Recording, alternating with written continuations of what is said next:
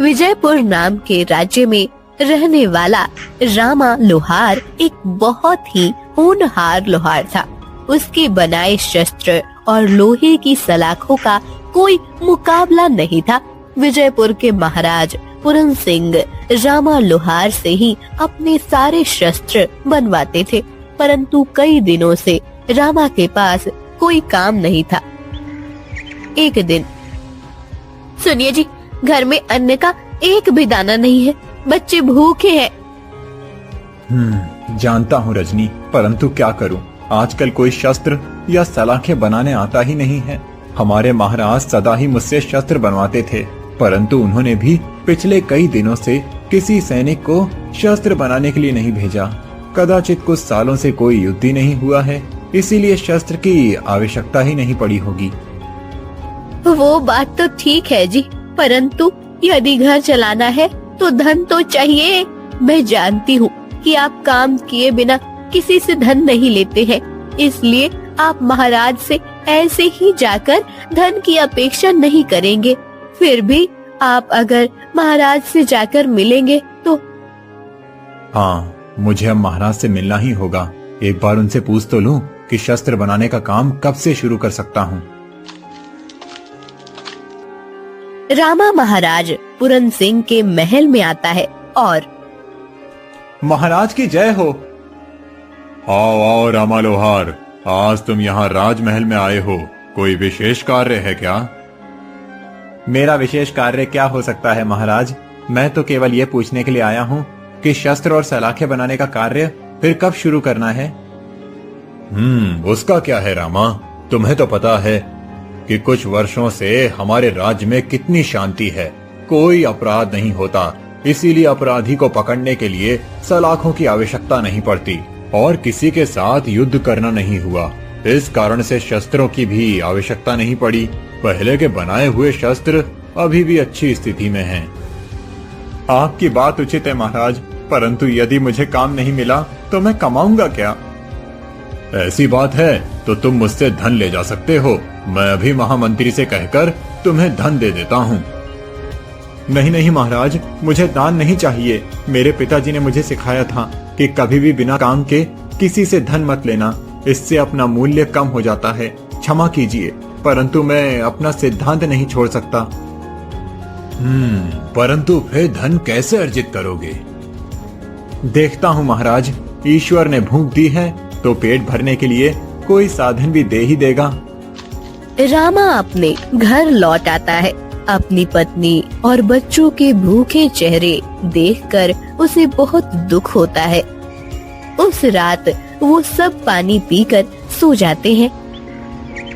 अगले दिन रामा अपने काम करने के स्थान पर आता है। देखता हूँ कोई राहगीर, कोई प्रजाजन लोहे की कोई वस्तु बनवाना चाहता हो तो मैं उसे बनाकर दे देता हूँ, कुछ तो धन प्राप्त होगा। रामा सोच ही रहा होता है कि तभी वहाँ वीरनगर राज्य के महाराज विक्रम सेन आते हैं। तुम ही रामा लोहार हो ना? हाँ महाराज, मैं ही रामा हूँ। मैं वीरनगर राज्य का राजा विक्रम सेन हूँ। मैंने तुम्हारी बहुत प्रशंसा सुनी है। सुना है कि तुम ऐसे शस्त्र और सलाखें बनाते हो कि वो आसानी से टूटते नहीं हैं। अब ये तो पुरखों की सिखाई हुई कला है महाराज, इसमें मेरा कुछ नहीं है।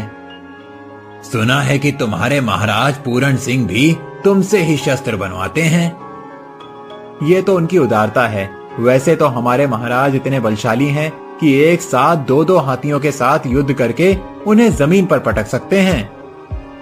हाँ हाँ, उनके पराक्रम के विषय में कौन नहीं जानता। मुझे तुमसे एक काम है रामा, मुझे लोहे की इतनी मजबूत सलाखें चाहिए जिससे 4 हाथी एक साथ बांध सकें और वो सब मिलकर भी उसे तोड़ न पाएं। अवश्य महाराज, परंतु एक प्रश्न पूछने की अनुमति चाहता हूँ। पूछो। इतनी मजबूत सलाखें आपको क्यों चाहिए? सच में किसी हाथी को पकड़ना है? हाँ, मेरे राज्य में कुछ ऐसे मदमस्त हाथियों ने आतंक फैला रखा है, किसानों की खेती को उजाड़ कर रख दिया है। उन्हें नियंत्रण में लाने के लिए मुझे उन सलाखों की आवश्यकता है। ये लो सोने की मोहरें, शीघ्र ही तुम सलाखें बनाने का कार्य आरंभ करो। महाराज विक्रमसेन रामा को एक पोटली सोने की मोहरें देते हैं। वो मोहरें देखकर रामा की आंखें चमक जाती है। वो सोचता है कि इन मोहरों से वो अपने घर के लिए आवश्यक सभी चीजें लेकर जा सकता है। बाकी का मूल्य तुम्हें कार्य संपन्न हो जाने के बाद मिलेगा। धन्यवाद महाराज, मैं शीघ्र ही सलाखें तैयार रखूंगा।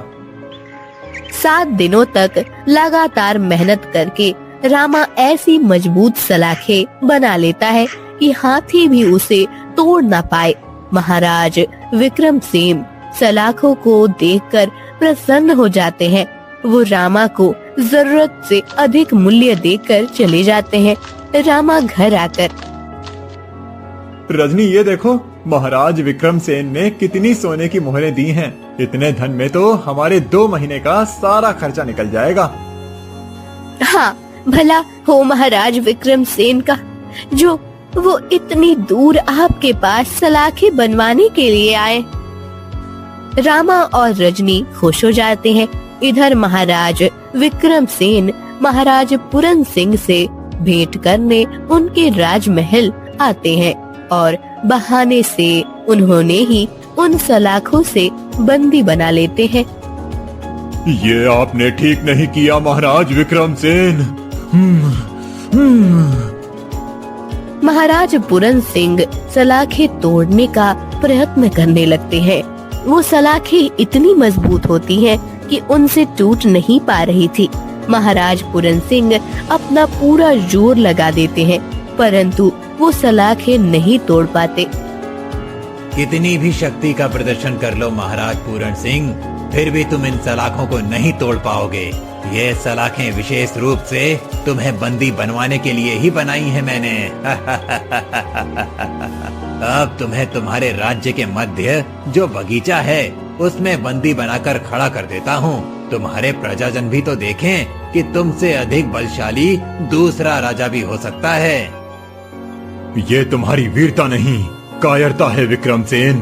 भेंट करने आए थे और बंदी बनाकर जा रहे हो। कोई भी तुम्हें योद्धा नहीं कहेगा। सैनिकों, इस पूरन सिंह पर दृष्टि रखना।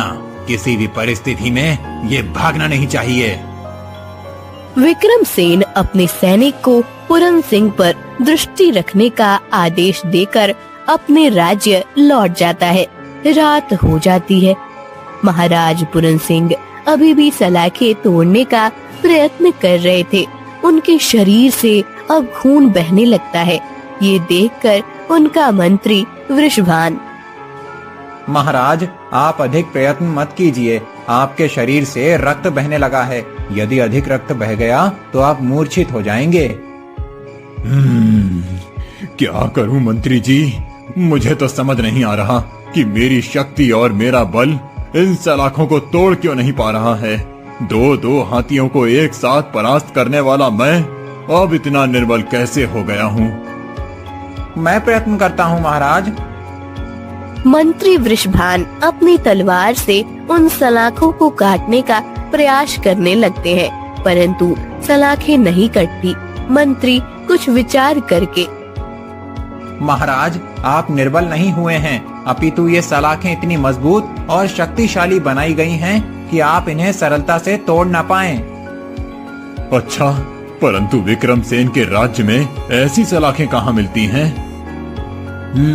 उनके राज्य में तो नहीं मिलती, परंतु ये तो संभव हो सकता है कि कदाचित किसी और ने उन्हें ये सलाखें बनाकर दी हों। कोई और? परंतु कौन? महाराज, हमारे और हमारे आसपास के कई राज्यों में केवल एक ही लोहार है जो ऐसी बलशाली सलाखें बनाता है, और वो है रामा लोहार। हाँ, आप उचित कह रहे हैं मंत्री जी। ये सलाखें अवश्य रामा लोहार ने ही बनाई हैं। उसका इतना दुस्साहस कि मेरे विरुद्ध जाकर मेरे शत्रु से ही उसने हाथ मिला लिया। मंत्री जी, उसे अभी के अभी मेरे सामने ले आइए। अवश्य महाराज। मंत्री वृषभान रामा के घर आते हैं। मंत्री जी, आप इस समय यहाँ? क्या हुआ? मुझे बुला लिया होता। बुलाया तो तुम्हें महाराज ने है अभी। अच्छा, क्या हुआ? कोई शस्त्र